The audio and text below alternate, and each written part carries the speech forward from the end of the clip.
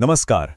आज हम बात करने वाले हैं दुनिया के सबसे पुराने और सबसे दिलचस्प कानूनी सिस्टम में से एक, हिंदू लॉ के बारे में।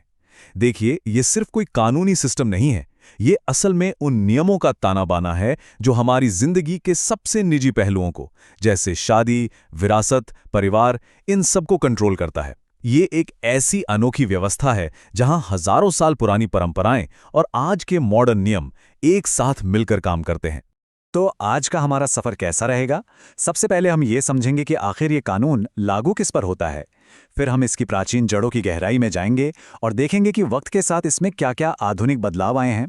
इसके बाद शादी के एक प्रैक्टिकल उदाहरण से इसे समझेंगे और आखिर में देखेंगे कि ये सिस्टम आज भी कैसे लगातार बदल रहा है और विकसित हो रहा है। तो चलिए सबसे बुनियादी सवाल से शुरू करते हैं। आखिर ये हिंदू लॉ है क्या? देखिए, ये सिर्फ संसद से पास हुए कानूनों की कोई सूखी किताब नहीं है। नहीं, ये तो धर्म, फिलॉसफी, सदियों पुराने रीति रिवाजों और मॉडर्न कानून का एक बहुत ही कॉम्प्लेक्स और कह सकते हैं कि एक जिंदा मिश्रण है जो समय के साथ लगातार इवॉल्व हुआ है। ठीक है, तो अब मुद्दे पे आते हैं। इससे पहले कि हम कानून की बारीकियों में उतरें, ये समझना सबसे ज्यादा जरूरी है कि ये कानून आखिर लागू किस पर होता है। मतलब कानून की नज़र में हिंदू कौन है? और यकीन मानिए, ये सवाल जितना सीधा लगता है, इसका जवाब उतना सीधा है नहीं, बल्कि काफी फैला हुआ है। तो देखिए, कानून के हिसाब से हिंदू शब्द का दायरा काफी बड़ा है। ये उन लोगों पर लागू होता है जो धर्म से हिंदू तो हैं ही, साथ ही उन पर भी जो बौद्ध, जैन या सिख धर्म को मानते हैं। इसके अलावा ये उन पर भी लागू होता है जो जन्म से हिंदू हैं, मतलब जिनके माता पिता हिंदू हैं। और आखिर में उन लोगों पर भी जो किसी और धर्म से कन्वर्ट होकर हिंदू धर्म अपनाते हैं। तो मतलब ये सिर्फ आस्था की बात नहीं है, बल्कि वंश और निजी चुनाव की भी बात है। ठीक है, तो अब हम ये जान गए हैं कि ये कानून किन लोगों पर लागू होता है। तो अब चलते हैं इसकी बुनियाद की तरफ।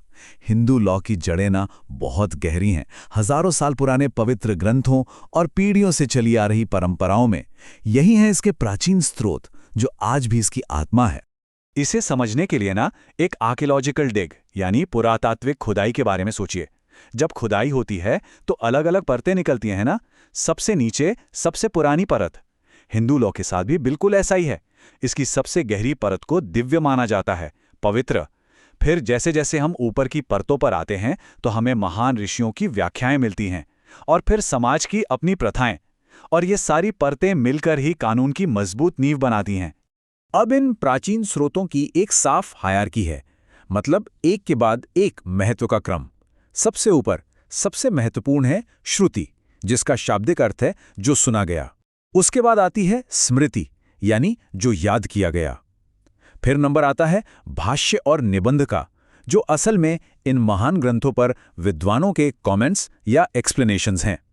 और आखिर में एक बहुत ही जरूरी स्रोत है प्रथा या रूढ़ी, यानी वो परंपराएं जो समाज में लंबे समय से चली आ रही हैं। अब श्रुति और स्मृति के बीच का जो फर्क है, उसे समझना बहुत जरूरी है। श्रुति को ईश्वरीय वाणी माना जाता है, मतलब ऐसा ज्ञान जो सीधे ईश्वर से ऋषियों को मिला, जैसे हमारे वेद। इसे एब्सोल्यूट अथॉरिटी माना जाता है, जिस पर सवाल नहीं उठाया जा सकता।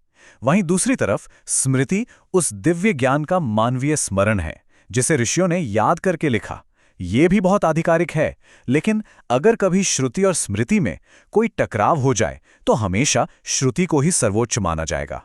लेकिन बात सिर्फ ग्रंथों तक ही सीमित नहीं है। प्रथा या रूढ़ी यानी कस्टम्स, इनकी भी हिंदू कानून में एक बहुत ही पावरफुल भूमिका है। ये वो रीति रिवाज हैं जो किसी खास समुदाय या इलाके में पीढ़ियों से चले आ रहे हैं। हाँ, पर ऐसा नहीं कि कोई भी रीति रिवाज कानून बन जाएगा। इसके लिए कुछ कड़ी शर्तें हैं, जैसे कि वो प्रथा सदियों पुरानी होनी चाहिए, बिना किसी रुकावट के लगातार चली आ रही हो, एकदम निश्चित हो और समाज के नैतिक मूल्यों के खिलाफ न हो। अगर कोई प्रथा इन सभी शर्तों पर खरी उतरती है तो अदालतें भी उसे कानून के बराबर ही मान्यता देती हैं। तो ये तो हुई प्राचीन बुनियाद की बात। लेकिन कोई भी कानून सिर्फ अतीत में तो जी नहीं सकता, है ना? उसे बदलते समाज की जरूरतों के हिसाब से ढलना ही पड़ता है। और यहीं पर तस्वीर में आते हैं हिंदू लॉ के आधुनिक स्रोत, जो इसे आज के समय में रेलेवेंट बनाते हैं। आज के दौर में हिंदू लॉ को मुख्य रूप से 3 आधुनिक स्रोत आकार देते हैं। पहला और सबसे ताकतवर है विधान या लेजिस्लेशन, मतलब हमारी संसद के बनाए कानून, जैसे कि द हिंदू मैरिज एक्ट 1955। दूसरा है न्यायिक पूर्व उदाहरण, जिसे हम जुडिशियल प्रेसिडेंट्स भी कहते हैं। आसान भाषा में कहें तो सुप्रीम कोर्ट और हाई कोर्ट के वो फैसले जो कानून की व्याख्या करते हैं और आने वाले केसों के लिए मिसाल बन जाते हैं। और तीसरा है न्याय, साम्य और सद्विवेक का सिद्धांत। ये एक तरह का सेफ्टी वेल्व है। जब किसी मामले पर कोई साफ कानून नहीं होता तो अदालतें इसी सिद्धांत का इस्तेमाल करती हैं ये तय करने के लिए कि क्या सही और न्यायपूर्ण है। यहाँ एक बात गांठ बांधने वाली है, वो ये कि ये जो नए आधुनिक स्रोत हैं ये प्राचीन सिद्धांतों को पूरी तरह से खत्म नहीं करते, बिल्कुल नहीं, बल्कि ये उन्हीं पर टिके होते हैं, उन्हें आज के हिसाब से साफ करते हैं और जहाँ समाज को ज़रूरत महसूस होती है वहाँ उनमें सुधार भी करते हैं। तो ये एक तरह की लगातार चलने वाली बातचीत है अतीत और वर्तमान के बीच, जो एक दूसरे को आकार देते हैं।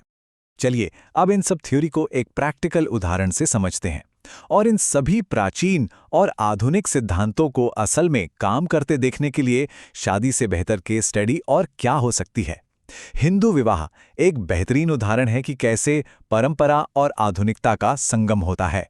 तो आज के भारत में एक हिंदू विवाह सिर्फ एक धार्मिक संस्कार या परंपरा नहीं है, बल्कि ये एक लीगल कॉन्ट्रैक्ट भी है और इसे मुख्य रूप से the Hindu marriage act of 1955 control करता है।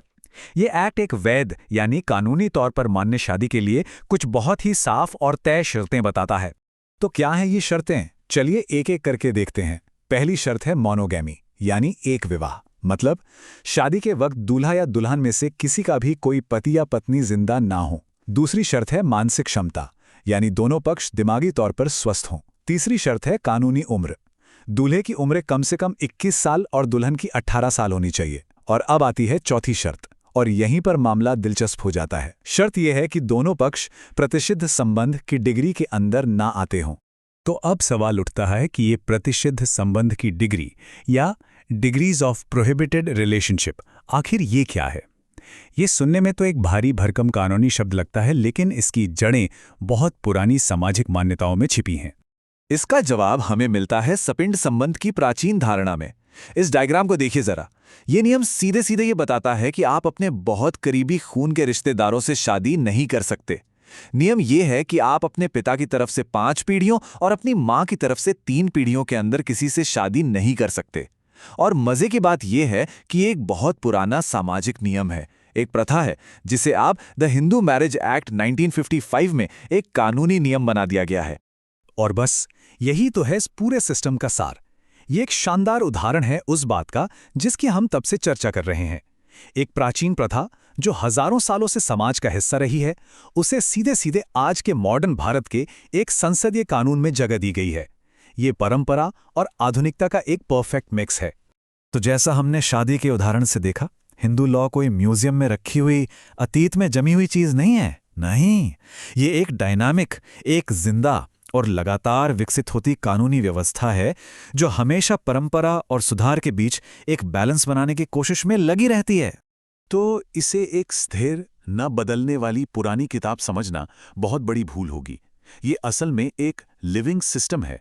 ये पवित्र परंपराओं और आज के समाज की जरूरतों के बीच एक लगातार चलने वाली बातचीत की तरह है, जिसे हमारी संसद और हमारी अदालतें लगातार एक नई दिशा देती रहती हैं। आखिर में हिंदू लॉ को समझने का सबसे अच्छा तरीका इसे एक मल्टी लेयर्ड इमारत की तरह देखना है। इसकी नींव श्रुति और स्मृति के प्राचीन ग्रंथों पर है। इसकी दीवारें सदियों पुरानी प्रथाओं से बनी हैं और इसकी छत आधुनिक कानूनों और अदालतों के फैसलों से बनी है। हर एक परत जरूरी है और पूरी इमारत को मजबूती देती है। और ये सारी बातचीत हमें एक आखिरी और बहुत गहरे सवाल पर लाकर छोड़ देती है कि कोई भी कानूनी सिस्टम हजारों सालों की अपनी परंपरा का सम्मान करते हुए आज की जिंदगी की जरूरतों के हिसाब से खुद को कैसे ढाल सकता है। हिंदू लॉ इसी मुश्किल और नाजुक संतुलन का एक जीता जागता उदाहरण है, और शायद यही वो चीज है जो इसे आज भी इतना आकर्षक और रेलेवेंट बनाती है।